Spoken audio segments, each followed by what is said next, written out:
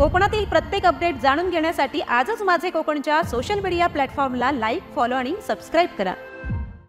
उरण येथील तरुणी यशस्वी शिंदेची हत्या करून फरार झालेल्या दाऊद मसुद्दीन शेखला कर्नाटकमधून अटक करण्यात आली होती। हत्येनंतर यशस्वी शिंदेचा मोबाईल गायब करून आरोपीने लपवून ठेवला होता। तपासांती सदरचा मोबाईल आरोपीने रेल्वे ट्रॅकच्या बाजूला असलेल्या टॉवरखाली ठेवल्याचं पोलिसांना सांगितलं। यानंतर सदर ठिकाणी जाऊन पोलिसांनी शोध मोहीम केली असता मोबाईल मिळून आलेला आहे। मोबाईल पावसात भिजल्यामुळे सुरू होत नाही, त्यामुळे फॉरेन्सिक लॅबला मोबाईल सध्या पाठवण्यात आलाय। हत्येसाठी वापरण्यात आलेला सुरा सुद्धा पोलिसांनी आता हस्तगत केलाय। गुन्ह्यातील महत्त्वाचे पुरावे हाती लागल्याने आरोपी दाऊद शेखला कडक शिक्षा सुनावण्यासाठी याची मदत देखील होणार आहे।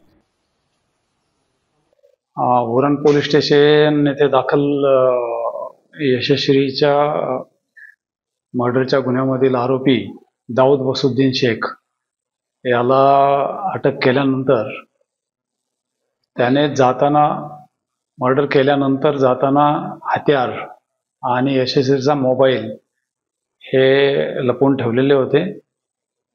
ते दोन्ही तपासी अधिकारी ACP पोर्ट डिव्हिजन यांनी त्याच्या निवेदनावरून पंचासमक्ष हस्तगत केलेले आहेत।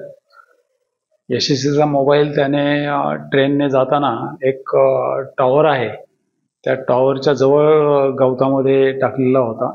त्याने अकॉर्डिंगली तिथं पंचासमक्ष लीड केलं आणि त्या जागेवरून तिचा मोबाईल मिळालेला आहे।